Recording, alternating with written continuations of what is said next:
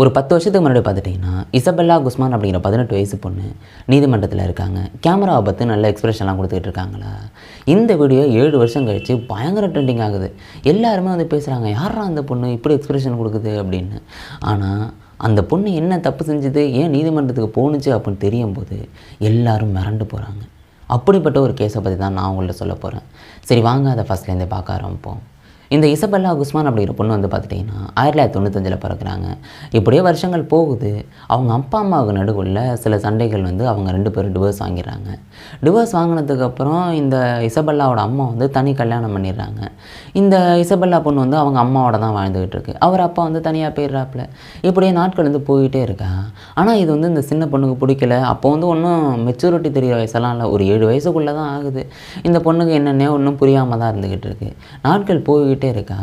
இந்த பொண்ணு வந்து ரொம்ப வருத்தப்பட்டுக்கிட்டே இருக்குது. கடைசியாக வந்து அந்த அம்மா வந்து சரி நீ கொஞ்ச நாள் உங்கள் அப்பாவோட இரு அப்படின்னு அனுப்பி வைக்கிறாங்க. அவங்க அப்பாவோட கொஞ்ச நாளைக்கு இருக்குது. ஆனால் திருப்பியும் இந்த இசபெல்லா வந்து தன்னோட அம்மாவோடையே வந்து வாழ ஆரம்பிக்குதா. இப்படி போக போக சண்டை தான் வர ஆரம்பிக்குது. எப்போ பார்த்தாலும் சண்டை. நீ ஏன் வந்து அப்பாவை பிரிஞ்சுட்டு இவங்களை கல்யாணம் பண்ண அப்படின்னு பொழுதனைக்கும் சண்டை தான் நடந்துக்கிட்டு இருக்கு. நாட்களும் போய்கிட்டே இருக்குது. இந்த பொண்ணுக்கும் வயசாகிட்டு இருக்கு. கிட்டத்தட்ட 18 வயசு ஆகுதுங்க. 18 வயசு ஆகும்போது பார்த்துட்டிங்கன்னா சண்டையெல்லாம் பெருசாக நடக்க ஆரம்பிக்குது. 2 பேரும் பயங்கர வாக்குவாதம் வந்து பண்ணிக்கிறாங்க. இப்படி வந்து வாக்குவாதம் பண்ணும்போது ஒரு நாள் வந்து இந்த இசபெல்லா அவங்க அம்மா மேலேயே மூஞ்சிலேருந்து துப்பி போடுறாங்க. இப்படி வந்து பயங்கர சண்டை ஆகிடுது. அடுத்த நாள் காலையில் அந்த அம்மா எந்திரிச்சு வேலைக்கு போயிடுறாங்களா. வேலைக்கு போனதுக்கப்புறம் ஒரு இமெயில் வருது. என்னடா இமெயில் அப்படின்னு வந்து ஓப்பன் பண்ணி பார்க்குறாங்க. அந்த இமெயிலில் வந்து அவங்க பொண்ணு தான் அனுப்பியிருந்திருக்காங்க. இது மாதிரி நீ செஞ்ச எல்லா விஷயத்துக்கும் அனுபவிப்ப அப்படின்னு வந்து மெசேஜ் அனுப்பியிருந்திருக்காங்க. இதை பார்த்தோன்னா அந்த அம்மாவுக்கு பயம் வந்துட்டு, ஐயோ நம்ம பொண்ணு ஏதாவது நம்மளை பண்ணிட போகுது அப்படின்ட்டு உடனே போலீஸ் ஸ்டேஷனுக்கு கால் பண்ணி இது மாதிரி சொல்கிறாங்க. என் பொண்ணு இது மாதிரி இமெயில் அனுப்பியிருக்கு, எனக்கு பயமாக இருக்குது, நீங்கள் போய் வந்து வீட்டில் வந்து இது மாதிரி பேசிட்டு வாங்க அப்படின்னு வந்து போலீஸ் அனுப்பி வைக்கிறாங்க. இந்த அம்மா வேலை பார்த்துக்கிட்டு இருக்காங்க. போலீஸ் வந்து ஒரு மதியான வாக்கில் வந்து அங்கே அந்த பொண்ணுக்கிட்ட பேசுகிறாங்க. எப்பா உனக்கு 18 வயசு ஆகிட்டு, நீ உங்கள் அம்மா எதிர்த்து பேசிகிட்டு இருக்க, மரியாதை கொடுக்கறது கிடையாது, ஒன்றும் நீ பண்ணுறது கிடையாது.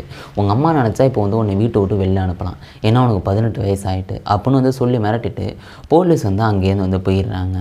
இந்த அம்மா வந்து என்ன பண்ணுறாங்கன்னா இன்னொன்றும் பண்ணுறாங்க. அந்த பொண்ணோட ஒரிஜினல் அப்பா இருக்காங்கல்ல, அவங்கள ஃபோன் அடித்து இது மாதிரி வீட்டில் வந்து பேச சொல்கிறாங்க. அந்த அப்பா சாயங்காலம் வாக்கில் வந்து இது மாதிரி அந்த பொண்ணுக்கிட்ட கொல்லை பக்கத்தில் உட்காந்து பேசிக்கிட்டு இருக்காங்க. இயற்கையெல்லாம் பார்த்துட்டு விலங்கெல்லாம் பார்த்துட்டு இது மாதிரி சொல்கிறாங்க. எப்பா நாங்கள் 2 பேரும் வந்து ஒன்றா தான் நாங்கள் வந்து பிரிஞ்சோம், இது மாதிரி எங்களெல்லாம் வந்து ஒத்து வரல, அதனால நாங்கள் பிரிஞ்சிட்டோம். நீ ஏன் வந்து உங்கள் அம்மாட்ட வந்து அடிக்கடி சண்டை போடுற, எப்போவும் அம்மா அப்பாவுக்கு வந்து மரியாதை கொடு, இது மாதிரி அந்த அப்பா வந்து சொல்கிறாங்க. இப்படியும் வந்து சில மணி நேரம் பேசிக்கிட்டு இருக்காங்க. நேரங்களும் போய்கிட்டே இருக்குது.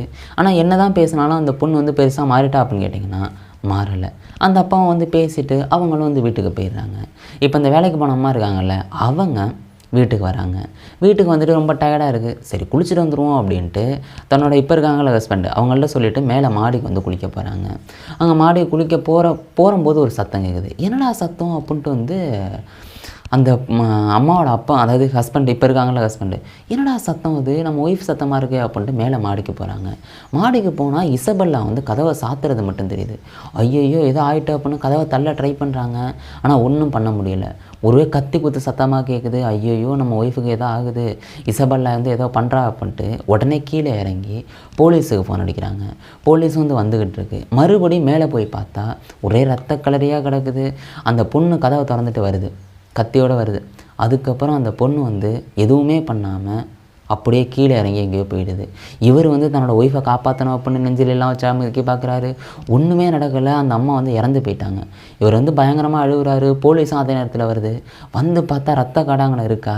உடனே அந்த இசபெல்லாவை வந்து தேடுறாங்க. 4 பக்கம் தேடுறாங்க. ஒரு மிகப்பெரிய தேடுதல் வேட்டையே நடக்குது. தேடுறாங்க.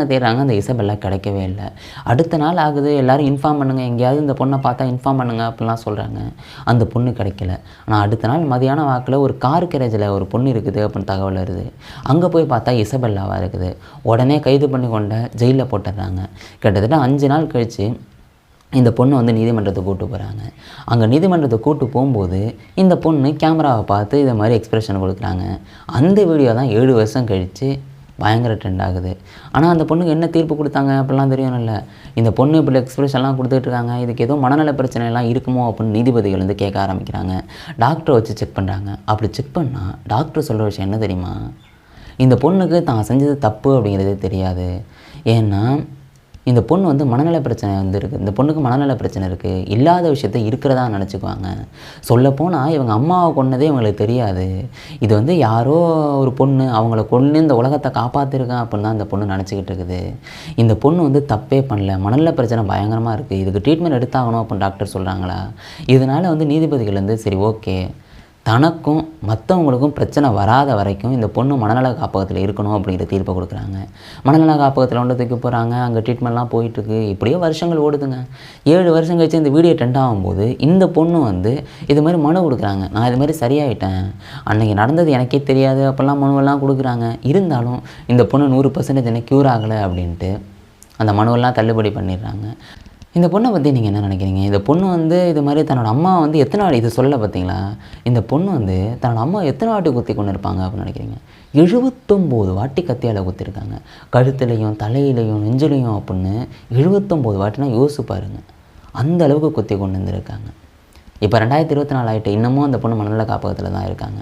ஏன் இந்த பொண்ணு இப்படி மாறினாங்கன்னு நினைக்கிறீங்க? சின்ன வயசுலேயே அவங்க அப்பா அம்மா டிவோர்ஸ் வாங்கினது தான் காரணம் அப்படின்னு நினைக்கிறீங்களா? உங்களுக்கு என்ன தோணுதோ அது கீழே கமெண்ட் பண்ணுங்க. இன்னொரு வீடியோவில் நான் உங்களை சந்திக்கிறேன். Bye guys.